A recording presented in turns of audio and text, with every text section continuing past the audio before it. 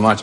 Fox News anchor Megyn Kelly, who caused quite a stir for suggesting that Santa and Jesus were white, is taking on her critics. She insisted on her show Friday that the whole controversy was motivated by race baiting and because she works at Fox.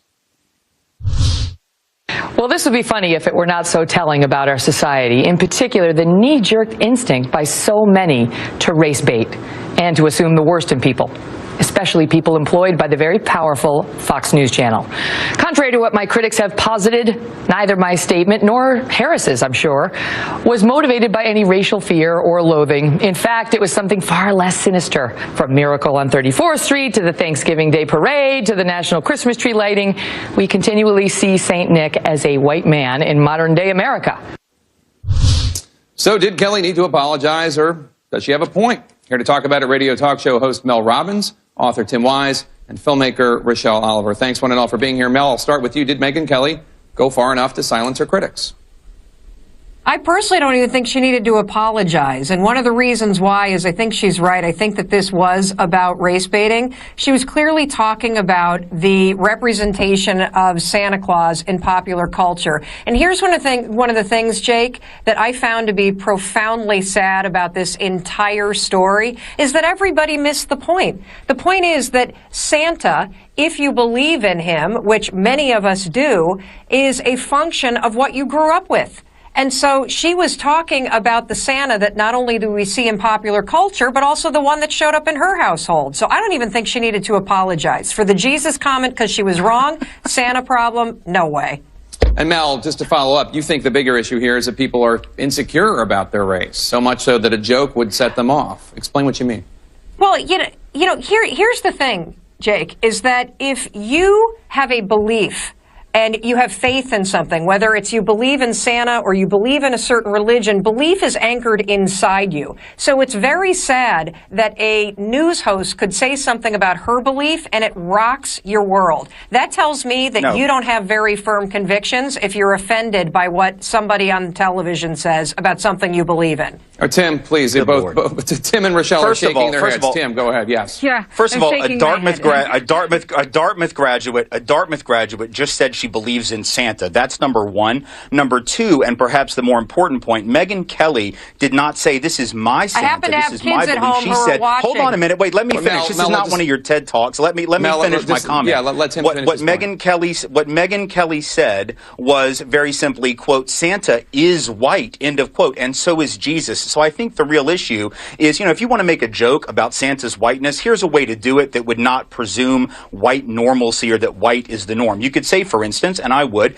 that if there were Santa, he'd have to be white because no black man could break into millions of homes even if he was bearing presents and not be shot by some neighborhood watch captain. That's a way to be funny, but Fox News would never do that because that would presume that they had to admit racial profiling and racism were real. So there's that. I think the real issue is that she made a statement of fact, not for her own opinion, but fact. There's a difference between believing in Santa and believing in Jesus or the Buddha. Buddha did not come from Kansas. Jesus was not born in a manger in central Pennsylvania. He was a man of color, and the fact that we have represented him for centuries, literally as a white man, speaks to the entire history of white supremacy. We can act like it didn't happen. We can make it the punchline of a joke, but the reality is this iconography, Jesus more so than Santa, I agree with Mel here, Jesus more so than Santa is a real problem. There's a reason we've represented these icons as white. It's not a coincidence that we've done that.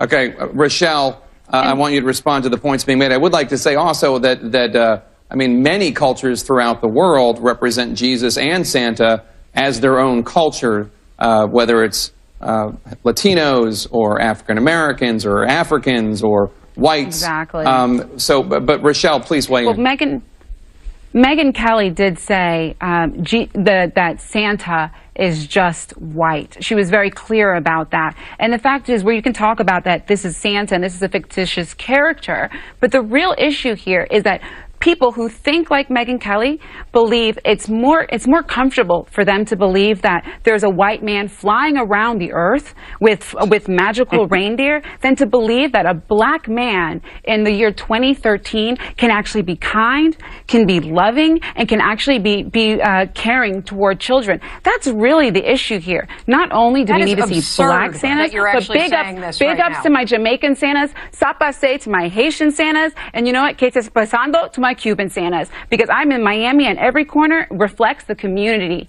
And you know how the characters of kindness and love and caring are not exclusive to the right race, and that's what was wrong with what Megyn Kelly says. And she didn't apologize for that. She merely defended her point. Mel, lots to unpack there. Go ahead. I mean, I think it's absolutely absurd where you guys are taking this.